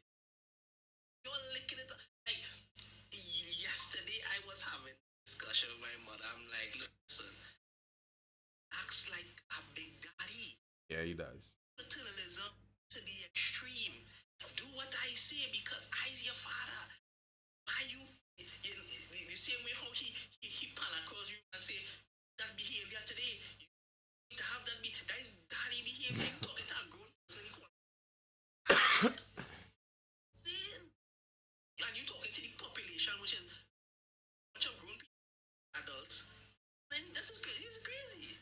Here's the problem, Jackies. Here's the problem with the politicians having ideologies and all of that before.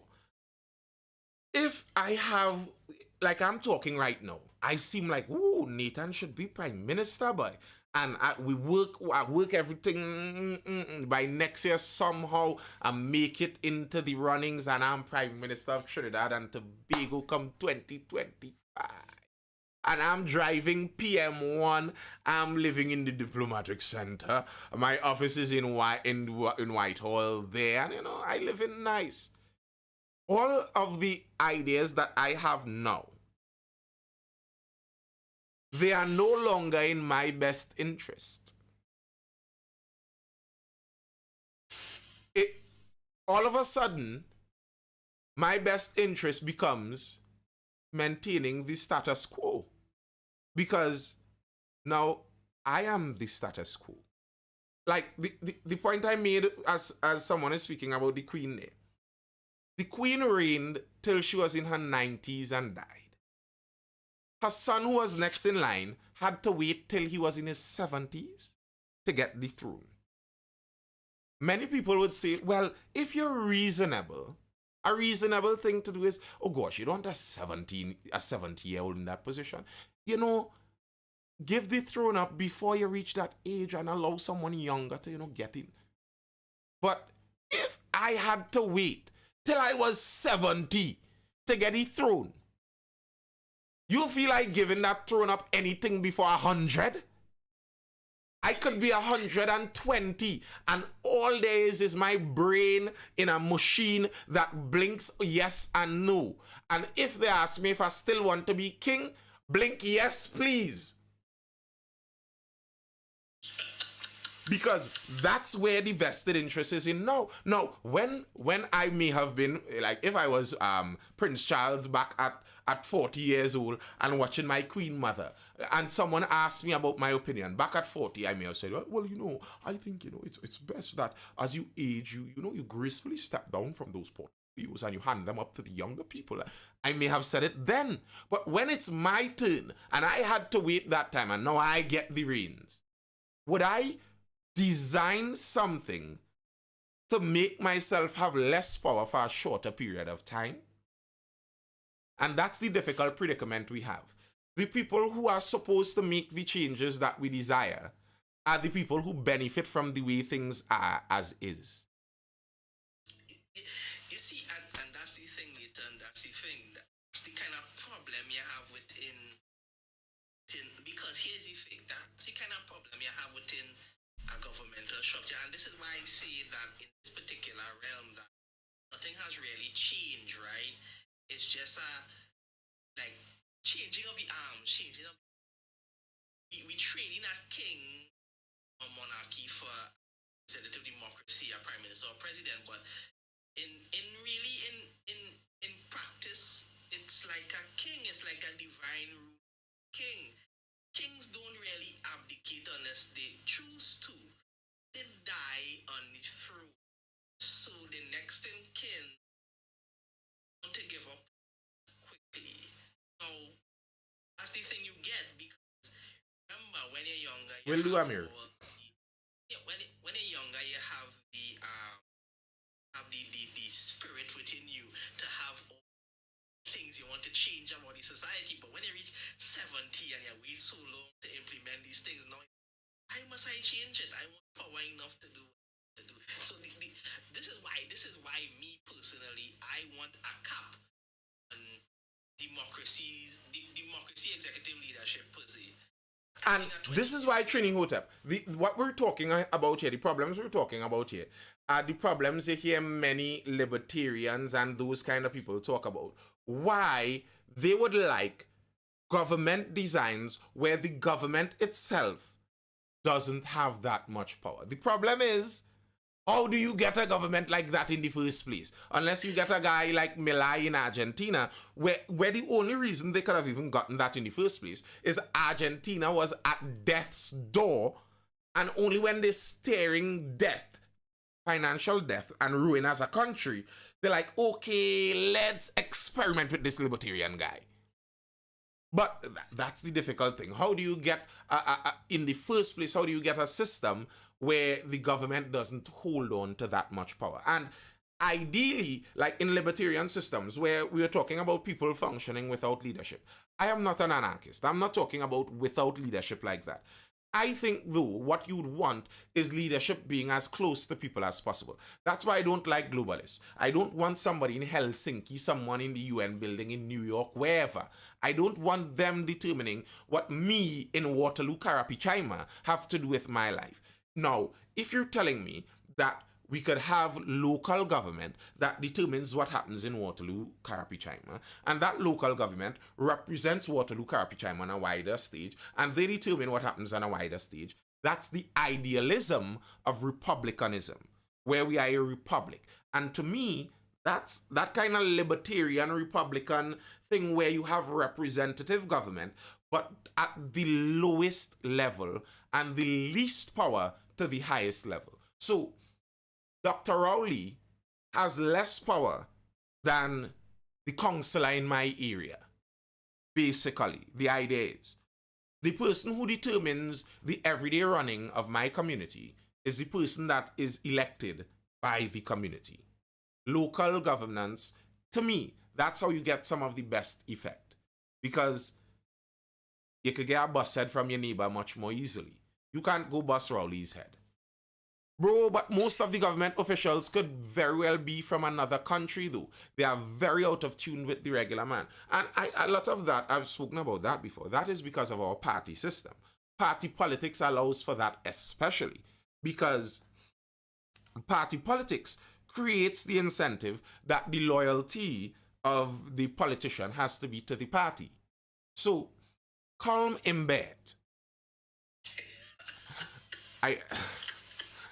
Does not have to build loyalty inside of Diego Martin. All he has to do is stay in good graces with the PNM enough that the PNM keeps selecting him as the MP for Diego Martin. Because Diego Martin votes for the PNM. Ravi Ratiram in Couva North. I am in Couva North. I have never seen him. He doesn't need for me to like him. Everybody in Couva North could hate him if they want. Couva North is a UNC safe seat. He doesn't need people in Couva North to like him. He needs the UNC executive to like him, and they select him for Couva North. And people in Couva North, they may not even read the name of the person going up. The rising sun, that's where the X goes.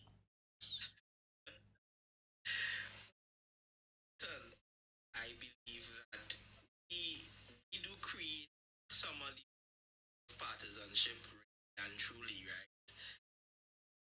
And I think it happens everywhere there's a representative democracy, create a partisanship that apparently the people feel that they can't break because they think that a two-party system is just a revolving door of nonsense. But at the end of the day, if you telling me that even reading who on your paper, loyalty to if you have loyalty to one party, if you're a Democrat and you believe in voting blue, and yes, I don't vote in no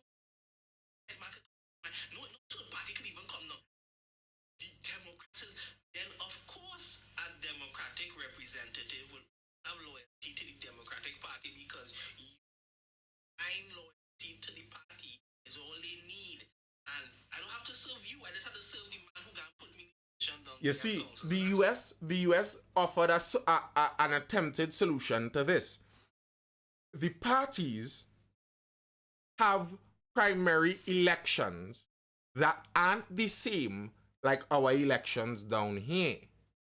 Basically, any candidate could go up for their primary election, and the members of the party vote in the primary elections, and that's who the candidate is going to be. That may have, especially for, I don't think that would have changed anything in the PNM in Trinidad and Tobago. I think the PNM might have still stayed how the PNM runs, because that's not nearly, but that's to some extent how the PNM runs. That would have changed a lot in the UNC in Trinidad and Tobago. And I think it would have been for the betterment of the UNC in the short term and the Trinidad and Tobago in the long term. It would have worked to me. It would have seemed to work to the benefit of that. But unfortunately, that's not how it is. We don't vote for the candidates within the party. The party selects those candidates. Now, maybe, you see what Jack Warner did in Shogunus West back in the by-election of, when was that? 2014 or 2014? The by-election back then, how he was able to win that election as the Independent Labour Party, ILP. That was a good sign for Trinidad and Tobago. But unfortunately, we didn't move on from there. I've said this before. The solution to Trinidad's two-party problem is the UNC. I always maintain this. The solution is in the UNC. I mean, I just think, there's a few countries that run the party system, which is interesting that they do. And it tends to be a lot of countries in Europe that a multi-party system, which is interesting. Here's this, Trini Hotep. Here's this. England created this parliamentary system. So the system was designed for the culture of those people.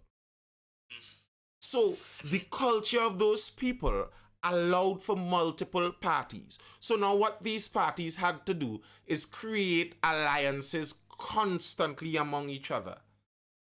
They aren't safe. No one is safe. So we always have to try to work together and compromise continually. That worked to their benefit. because their parliament system was designed for their culture. Now, even in England, if you listen to some people, a problem that England eventually faced, and some people are talking about this now, is that all politicians come from the same place, regardless of which party they support. So basically, all politicians are senior university graduates, and many of them actually have the same ideology. So they were pointing out, like, the two parties, there was one party who was more Leave, one party who was more Remain during the Brexit scenario in England. But actually, the politicians in the party that was Leave, the politicians themselves were Remain. Because they, although they represent some more conservative people, blue-collar people, they are not conservative blue-collar people. They are white-collar, educated professionals. And that's a problem they face even in their parliamentary system. Now, for us, we don't have that same culture. So when we just copy-paste the parliamentary system and bring it here, it does not work the same way. Especially when we are divided into two major racial groups. Now, the reason I say Jackies and J. King, the reason I say I believe, this is my belief, that the UNC is the solution, is because the UNC has the most safe seats in Trinidad and Tobago. The PNM, believe it or not, does not actually have all of those safe seats. The PNM has lost all of those seats except for 2. The UNC has never lost something like 15. That tells you why they are the solution. Here's why. Because the way the two-party system works is it forces people to vote against the ones they fear the most. So, if I vote PNM, it's not because I like PNM, but I'm really afraid of UNC. If I vote UNC, it's not necessarily I like UNC, but I'm really afraid of PNM. So it's easy to get you to be afraid of someone when you know they have an easy winning capability. Here's what I mean.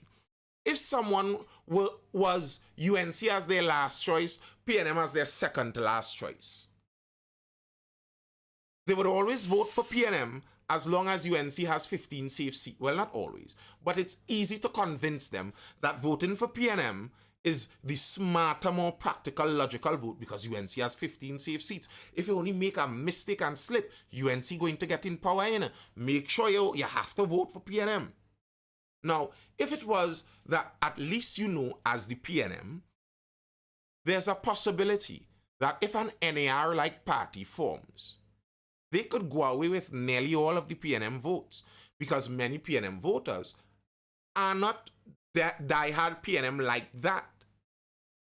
Now, if a party like that forms and they seem like they might attract some PNM votes away, all PNM has to say is, if you all go that direction, it's obvious the UNC is going to win.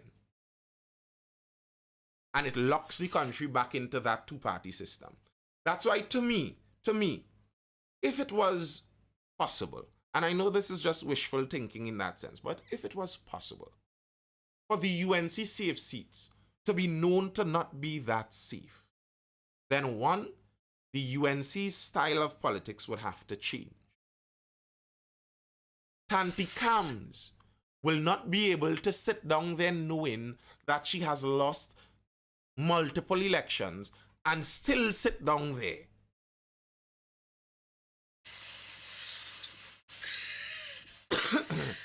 Darlan Rice says we need to move away from most seat win election system. So what kind of system would you prefer, Darlan Rice? If it's not most seats win the election, do you want direct democracy where most numbers win elections? Trust me, that's not what you want.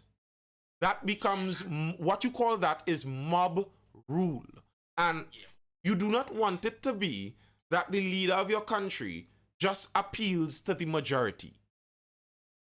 If you can't foresee how that gets scary, just pause a bit and think on it. You see, one thing before I jump in there, Huda, what what the parliamentary system with the constituencies allows, the Republican representative democracy system, what that allows is that both parties must go down to remote Mayaro and make sure that people in Mayaro are happy, because that Mayaro seat is worth just as much as Port of Spain West. Well, no, Port of Spain North. It's North and South, isn't it? And East and West. No, North and South. It's worth just as much. Every seat is worth the same amount, so you have to spend the same amount of effort in every seat. It's the same argument some people give in the United States.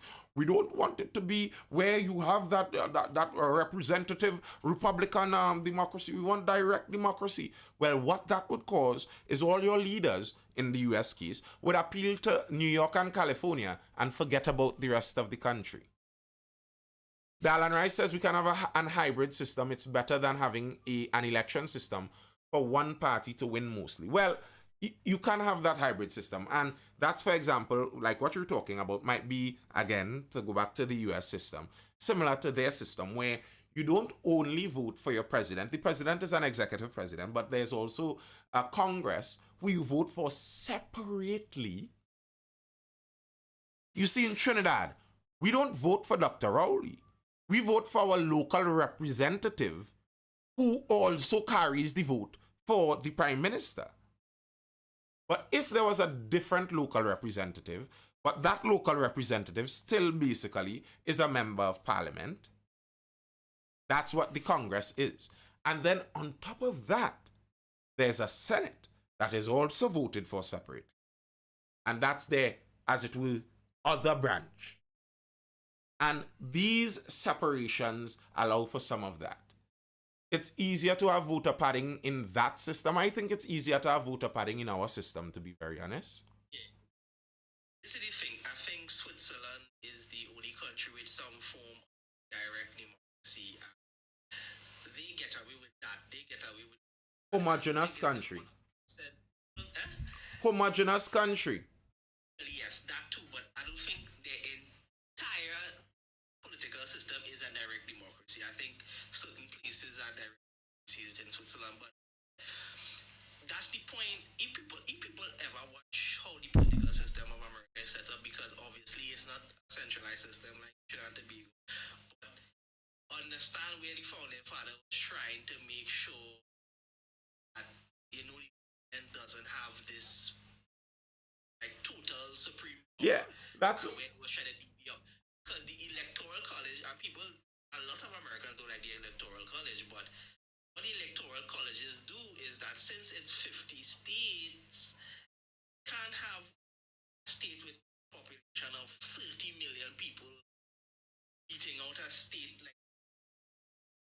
population of 12 million. That would never work, because then you have a lopsided, so a lopsided government where majority of California gets resources and a slab of that. That doesn't make any sense. So it's not about direct democracy. It's criminal behavior, and yes, to some degree, majority gets to run government, but at least it's not 60% of like, yeah, it's a different kind of majority. It's a different. So yeah. Watch what direct democracy and majority rule does in California, where they have one party rule. They have one party rule in California, and the majority. Bear in mind, California is a large state, but there's a centralized majority in the built-up coastal regions, and there are farming areas in the more rural regions in California. Now, here's what happens. They all vote for water. The water naturally comes from the rural areas, but the majority of representatives are from the urban areas. And we all vote on what happens to the water in the state. So we vote that we take your water and reapportion it to the city. And what you gonna do? Nada. Democracy. Crazy. That's crazy. It's crazy. Yes, RL, they are, and that's the point I'm making there. That's the point I'm making there. Or you're talking about in terms of treatment. Yes and no, because each state gets a lot of federal funding. There are lots of federal funds going in there. The federal government does a lot, and then for example, there are departments of agriculture, departments of education, and those different departments have a lot of funds that they distribute. So the development, you don't want it to be that the federal level is only focused on one side. And that's for the US. But it works similarly in the Trinidad and Tobago system, that every constituency is supposed to have that focus. Now, unfortunately, because the members of parliament for the constituency do not have to be beholden to the constituency, it's kind of like we throw out the benefit of that to some extent. So the example I was making about Mayaro is a whole constituency. So you're supposed to see that they're treated just as importantly. But if they are a safe constituency for someone of the parties, that means that the party only has to choose who they want. And that person only has to be loyal to the party. So that person doesn't have to care about Mayaro. That person only cares about the party's directive. To me, the best way to survive in a country like Trinidad is you want to live in a marginal constituency. I wish every constituency was marginal. Every constituency, the politicians had to go out and work hard for every vote in every constituency. That's what the idea is supposed to be. But unfortunately, there are groups of Trinis who would paint themselves yellow and paint themselves red and swear their unborn children over to politicians to be UNC and PNM till they're dead. Like if that benefits anybody. Bro, my voice looking to fail there and we closing in on 12 o'clock. So let me hear your closing statements there, Trini Hotep. Yeah, and you see, this is the problem, right? Because Westminster system supposed to reflect that of British one, where all politicians fight for the right to represent the people. Fight like if they're taking their swords into parliament and they're ready to cut up our next man because I deserve, because I better for the people. That's what it's supposed to be. But since we have taken this partisanship to the that's not a good partisanship too, because if we look at it, right, the Democrats have been doing benign neglect politics with black people since they've been voting for them, and they don't have to do a damn. They could have like social media thing where they could downright say that if you don't vote for me, you ain't black. I could give you types of in politics, and you still can't vote for me anyway. Take it. That's how scary it gets. When a politician could watch you in your face and say, spit on you, and you still can't. So come to the thing. But to me, I believe that politicians are supposed to be taking the swords and fighting in the middle of the room. And best man had a win to represent the people of the area. That's how it's supposed to be. And you get 20 years and you ride off into the sunset representing the people of service, because politics is service. Yeah. The people, politicians are supposed to serve the people. Ride out in 20 years, cap, and get to tell your grandchildren, I used to serve people of Kuvan with gala and you know. So yeah, man, but that's a fight that we do eventually. Maybe not in real life. Some with children's lifetime, you get the cap of a politician to be 20 years and not be done by old men, no country for old type vibes, and you know, because think about it, Nathan, if we really think about it, a man like the president of El Salvador is 42. He's young for a politician, and look at the things that he wants to do. I find that to be good, because I don't believe that if the president of El Salvador was 74, he would be doing what he's doing right now. Correct. I think he would want to check the status quo as much as possible. Correct. So I believe that a man 42 and he has children, as you say, for a country, and his I cap agree. is what, 20 I agree. years? So by the time he can't even go back anymore, and he can't contemplate if to retire or not, because he has to retire. You know what I'm saying? And that's what I look for. That's what I look forward for. You know what I'm saying? I look forward for that kind of structure. You know, say so that be me right there. You know what I'm saying? All right, man. Stay mindful, not mind. You ain't give me the line. I'll picture up in the arm thing a little bit there, but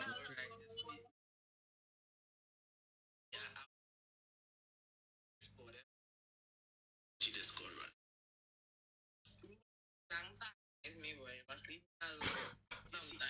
You see, I never tell you that.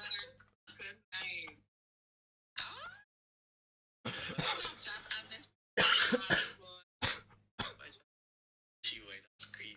all right, people. Good night, Ronnie. Good night, Ronnie. Thanks for joining in. Yeah, you was gonna say something? Oh, yes, Ronnie. Yes. We've been here for a while, Ronnie. I know. Yeah. From what? Tequila Tuesdays. Tuesday. Ronnie, you who keeping all the bars in Tobago functioning. Actually, I'm now going on get ready to go back next one. It's over. It is midnight.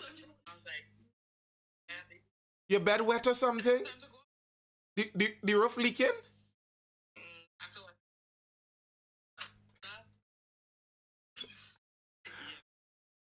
Yes, people. Yes, people. Be mindful, not mindless. I am glad that at this present time, what I have to look forward to is my bed. The idea of going out into that outside. No, no. to be good. Tobago getting very similar.